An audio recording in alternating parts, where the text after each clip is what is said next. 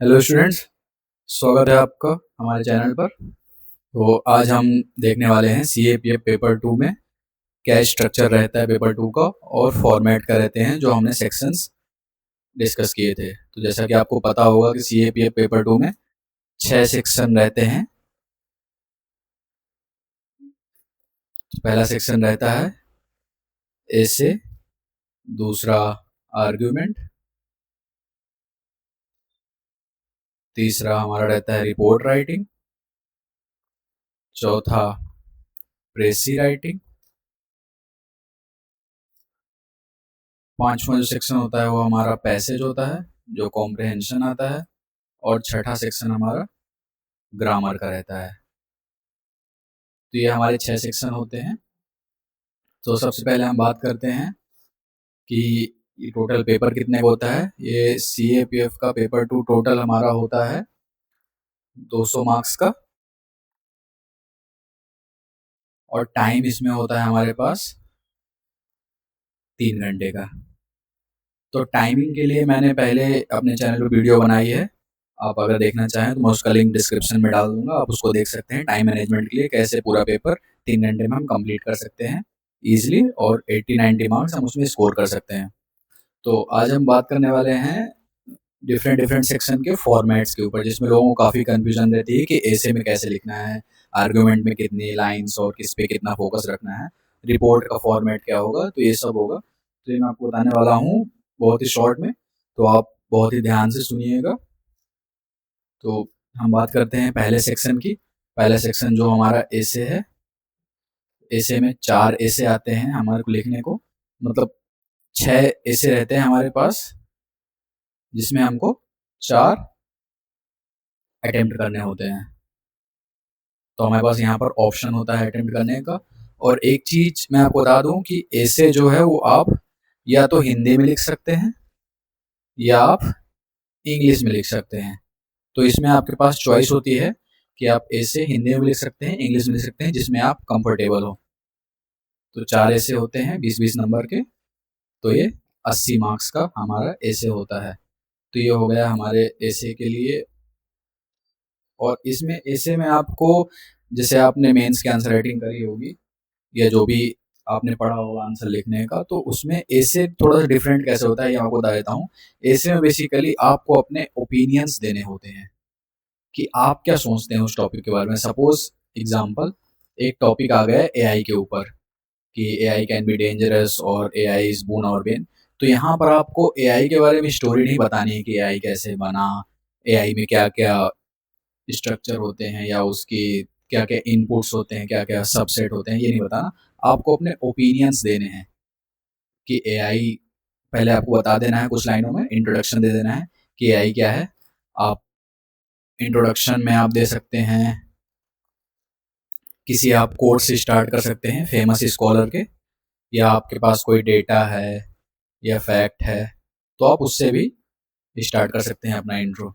फिर इसके बाद हमारी आती है बॉडी ऑफ एसे। तो बॉडी में हम क्या करते हैं, बॉडी में हम इसमें लिखाते हैं कि क्या उसके हमको बेनिफिट्स हैं या चैलेंजेस क्या हैं जो प्रिवेल कर रहे हैं। फिर उसमें आप दे देते हैं वेव। ये हमारे बेनिफिट्स और चैलेंजेस ये हमारे बॉडी में आते हैं। तो मेन पार्ट जो होता है बॉडी होता है ऐसे का। फिर लास्ट में आप एक पॉजिटिव कंक्लूजन देते हैं। कंक्लूजन में आप एक वे फॉरवर्ड दे देते हैं, जिसमें आप एक ऑप्टिमिस्टिक ऑप्टिमिस्टिक एंड पर ऑप्टिमिस्टिक वे में अपना आंसर एंड करते हैं, जिससे एग्जामिनर को थोड़ा बेटर इंप्रेशन जाता है। तो ये हमारा ऐसे का फॉर्मेट है बेसिकली, इंट्रो, बॉडी और कंक्लूजन। तो दूसरा जो हम सेक्शन पे बात करेंगे वो है हमारा आर्ग्यूमेंट। तो आर्ग्यूमेंट जैसे आपको पता है कि 2 आर्ग्यूमेंट आते हैं, तो 10-20-20 नंबर के आते हैं, ये 40 नंबर के हमारे आर्ग्यूमेंट आते हैं। तो ये 2 मेन इंपॉर्टेंट चीजें हैं हमारे पेपर 2 के लिए, जिनको सबसे ज़्यादा मार्क्स हमको इसी सेक्शन के होते हैं इसमें। तो आर्ग्यूमेंट आपको केवल इंग्लिश में लिखना है, इसमें आपके पास ऑप्शन नहीं होता है, इसमें आपको इंग्लिश में ही अटेम्प्ट करना है आर्ग्यूमेंट। और आर्ग्यूमेंट में सपोज एक टॉपिक आ गया, जैसे कि पिछले साल आया था प्रीवियस ईयर में एक टॉपिक आया था जेनेटिकली मॉडिफाइड क्रॉप्स के ऊपर, जेनेटिकली मॉडिफाइड क्रॉप्स के ऊपर एक टॉपिक आया था। तो इसमें आप क्या करोगे, आर्गुमेंट में पहले 3 से 4 लाइन में आप इसका बता दोगे, इंट्रोड्यूस कर दोगे टॉपिक को कि ये टॉपिक एक्चुअली में है क्या। फिर इसके बाद आप एक हेडिंग डालोगे, आर्ग्यूमेंट फॉर द मोशन या फॉर द स्टेटमेंट, और आप जो टॉपिक है उसको यहाँ पर वो भी लिखोगे आप यहाँ पर कि हमारा टॉपिक क्या है। तो आर्ग्यूमेंट फॉर द टॉपिक, फिर आप यहाँ पर उसके नीचे आप स्टार्ट करोगे लिखना आर्ग्यूमेंट। तो यहाँ पर आपको मिनिमम 4 to 5 पॉइंट्स देने ही होंगे आर्ग्यूमेंट में, अगर आपको बेटर मार्क्स स्कोर करने हैं। तो फॉर द स्टेटमेंट के लिए हमारे पास 4-5 पॉइंट हो गए। ये 2 लाइनर्स आप दे सकते हैं points.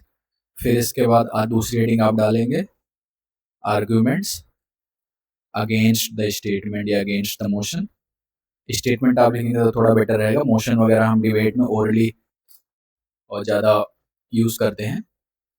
Argument against the statement, और जो टॉपिक होगा उसको भी आप इसके साथ साथ लिखेंगे कि इस टॉपिक के अगेंस्ट में हम स्टेटमेंट था, ऊपर जेनेटिकली मॉडिफाइड क्रॉप और टॉपिक ऑफ मेंशन कर देंगे। तो ये से सेम यहाँ पर रहेगा, 4 से 5 पॉइंट्स, 4 से 5 पॉइंट्स आपको अगेंस्ट में भी लिखने हैं। ये भी 2 लाइनर्स ही रहेंगे।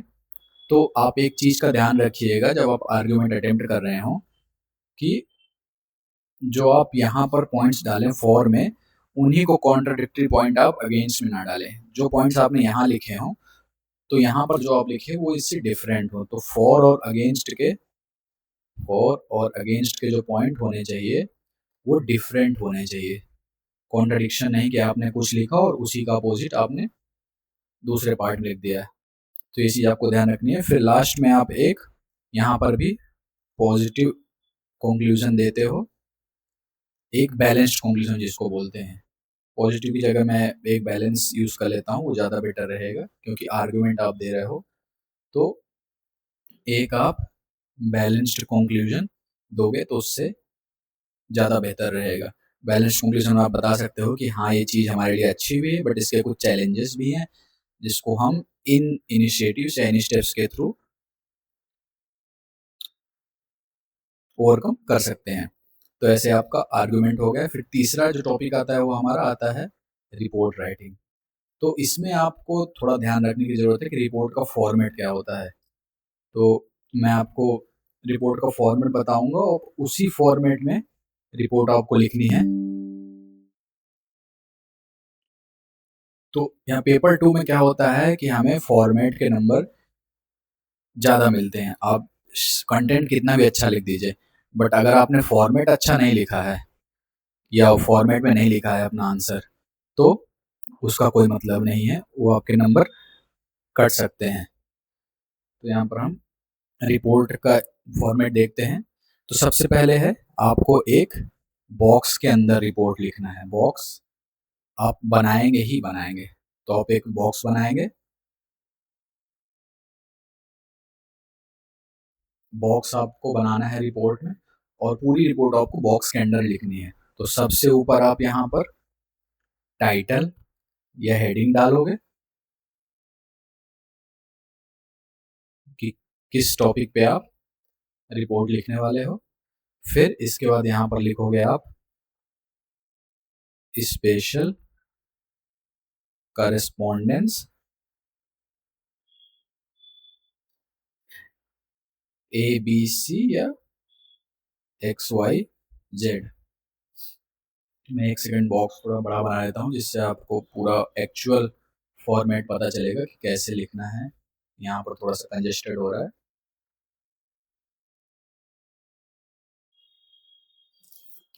हम्म, तो जैसे हम एक बॉक्स बनाएंगे,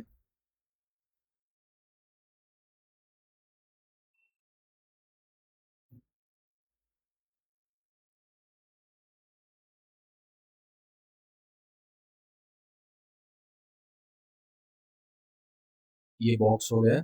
यहाँ पर आप बीच में हेडिंग ऑफ रिपोर्ट या टाइटल जो भी आपका होगा वो डालोगे। फिर दूसरे यहाँ पर आप साइड में लेफ्ट कॉर्नर पे आपको लिखना है स्पेशल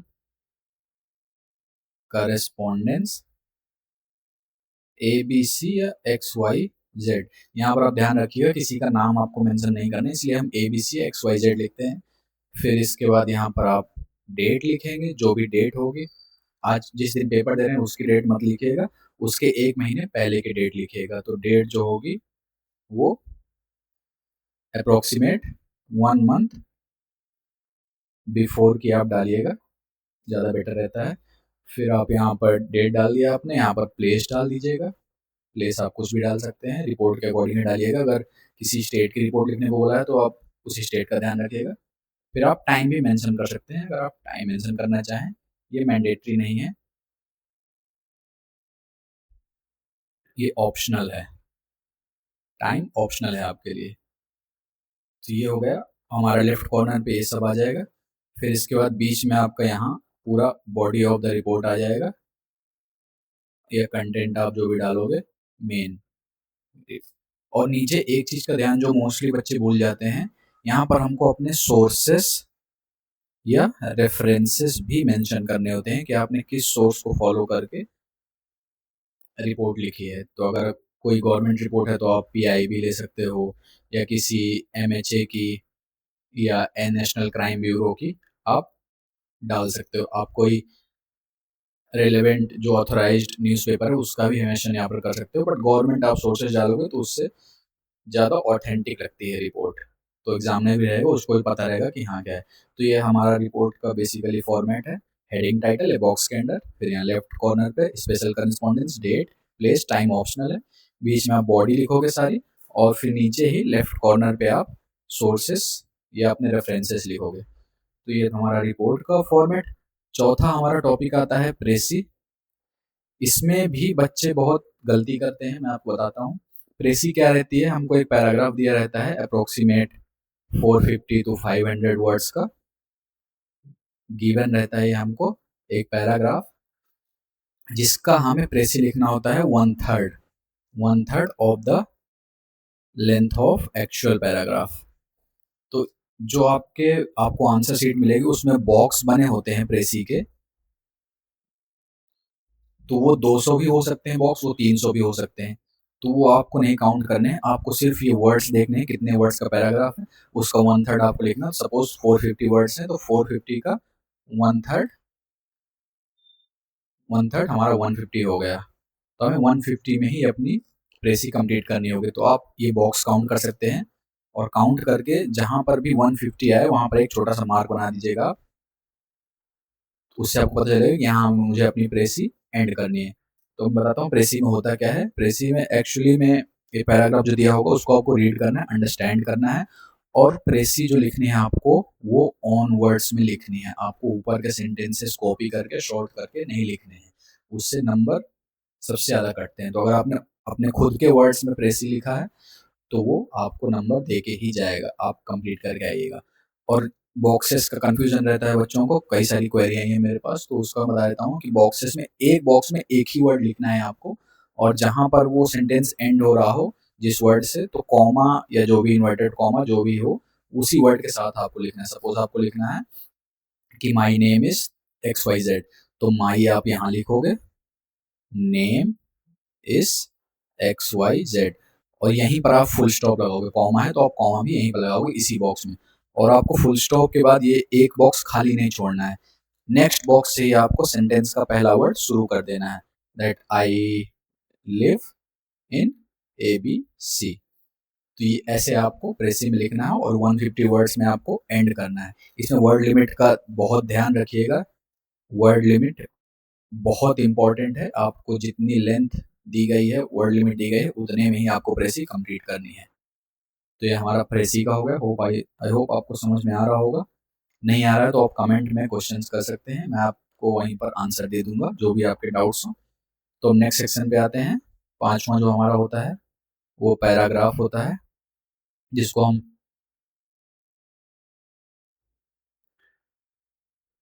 पैराग्राफ या कॉम्प्रिहेंशन भी बोलते हैं। तो पैराग्राफ कॉम्प्रिहेंशन में आपको एक कॉम्प्रिहेंशन दिया होगा और आपको कुछ 5 क्वेश्चंस दिए होंगे। 5 क्वेश्चंस रहते हैं इसमें, 4-4 नंबर के। तो ये 20 नंबर का आपका पैसेज आता है जिसको आप इजीली स्कोर कर सकते हो। तो जो आपको रिपोर्ट मैंने बताई ये भी आपको इंग्लिश में ही लिखनी है सिर्फ। ये मैं यहाँ पर बताना भूल गया था, अभी बता देता हूँ कि ये भी सिर्फ इंग्लिश में ही रहेगी, हिंदी में नहीं रहेगी। और जो प्रेसी रहेगी वो ऑब्वियसली ये भी इंग्लिश में ही रहेगी। और पैराग्राफ के आंसर्स रहेंगे ये भी इंग्लिश में ही रहेंगे, हिंदी में नहीं होंगे। तो 5 क्वेश्चंस रहते हैं, तो आपको अप्रोक्सीमेट 3 to 4 लाइन्स में पर क्वेश्चन या पर आंसर आपको लिखना है। तो ऐसे आपका पैराग्राफ कंप्लीट हो जाएगा। इसमें कोई वर्ड लिमिट नहीं मेंशन रहती है, बट आपको टाइम के कंस्ट्रेंट के अकॉर्डिंग लिखना है। तो 3 से 4 लाइन में अपना आंसर फिनिश करिए तो आपका 4 मार्क्स का हो जाएगा। जो छठा सेक्शन होता है वो हमारा ग्रामर का होता है। ग्रामर अप्रोक्सीमेट 25 नंबर की आती है, जिसमें आपको सेंटेंस करेक्शन, फिर यहाँ पर एक्टिव पैसिव, डायरेक्ट इनडायरेक्ट, जिसको हम स्पीच भी बोलते हैं, डायरेक्ट इनडायरेक्ट, और एक लास्ट में पार्ट होता है फ्रेजल वर्ब का, फ्रेजल वर्ड्स या फ्रेजल वर्ब्स बोल सकते हैं इनको, फ्रेजल वर्ब। तो ये 10 नंबर का रहता है फ्रेजल वर्ब, बाकी ये 15 नंबर के ये रहते हैं। तो टोटल 25 नंबर की रहती है। तो आप फ्रेजल वर्ब क्या करिएगा, PYQ उठाइएगा, जितने भी फ्रेजल वर्ब अभी तक आए हैं आप उनको रट लीजिएगा, और कुछ आप यूट्यूब से या इंटरनेट से भी आप फ्रेजल वर्ब निकाल सकते हैं कुछ, और उनको याद कर लीजिएगा, जिससे आपको फ्रेजल वर्ब अटेम्प्ट करने में वहाँ पर आसानी होगी। और ये बहुत ही लो हैंगिंग फ्रूट्स हैं। अगर आपने यहाँ पर 5 फ्रेजल वर्ब लिख दिए तो आपको 10 मार्क्स ईजिली मिल जाएंगे। तो आई थिंक मैंने आपको सारा फॉर्मेट बता दिया है। ये एसे का, फिर आर्ग्यूमेंट, फिर ये हमारा रिपोर्ट, फिर प्रेसी, पैराग्राफ और ग्रामर। तो ये हमारा टोटल हो जाता है 200 मार्क्स इन 3 आवर्स। तो ये थे दोस्तों हमारी आज की वीडियो, जिसमें मैंने ट्राई किया सारे एस्पेक्ट कवर करने का। तो प्रेसी राइटिंग में आपको खास ध्यान देना है, यहाँ पर वर्ड लिमिट का, वर्ड बॉक्सेस का, और भी 1-2 चीज़ें हैं जो मैं आपको बताना चाहता हूँ। प्रेसी में आपको कोई टाइटल या हेडिंग नहीं देनी है, नो टाइटल, ठीक है। और जो आपको मैं 1-2 बातें बताऊंगा उनका खास ध्यान रखिएगा, उनसे बहुत अच्छा एज मिलता है आपको अदर स्टूडेंट से। आपको इम्पोर्टेंट वर्ड्स जो भी आपने लिखे हैं एसे, आर्गुमेंट या रिपोर्ट में तो नहीं, एसे और आर्गुमेंट में, या जो कीवर्ड्स बोलते हैं हम, उनको आप अंडरलाइन जरूर करिएगा, अंडरलाइन दिस कीवर्ड्स और इम्पोर्टेंट वर्ड्स। तो इससे आपको अदर स्टूडेंट से एक अच्छा इंप्रेशन और आपकी कॉपी अच्छी लगेगी। दूसरा, आपको मार्जिन्स का बहुत ध्यान रखना है। यहाँ पर आपको जितना दिया गया है स्पेस उसके अंडर ही लिखना है, इसके अंदर लिखना है आपको सारा। मार्जिन के बाहर आप कोई वर्ड नहीं लिखेंगे, इससे यहाँ पर नेगेटिव मार्किंग होती है। तो ये थी कुछ बातें जो मैं आपसे डिस्कस करना चाहता था। आई होप ये सेशन आपके लिए हेल्पफुल रहा होगा। तो अगर आपको ये वीडियो पसंद आया है तो लाइक करिएगा, और आपके जो भी डाउट्स हैं कमेंट्स करिएगा, मैं उनका आंसर दूंगा कमेंट्स में। या जिस टॉपिक पे आप चाहते हो कि आपको वीडियो चाहिए आप कमेंट कर दीजिएगा, मैं उस टॉपिक पे वीडियो बना दूंगा। तो मुझे CAPF पेपर 2 का एक्सपीरियंस रहा है, मैंने अच्छे नंबर्स इसमें अचीव किए हैं। तो आप इस चैनल को और भी ऐसे ही इंटरेस्टिंग वीडियोस के लिए और ट्रिक्स एंड टिप्स के लिए आप सब्सक्राइब कर सकते हैं, और नोटिफिकेशन बटन ऑन कर दीजिएगा, जिससे आपको जब भी कोई नया अपडेट आता है तो मैं आपको बताता रहूँगा। तो thank you all, I hope आप अच्छे से प्रिपेयर करेंगे। मिलते हैं नेक्स्ट वीडियो पे। थैंक यू, जय हिंद।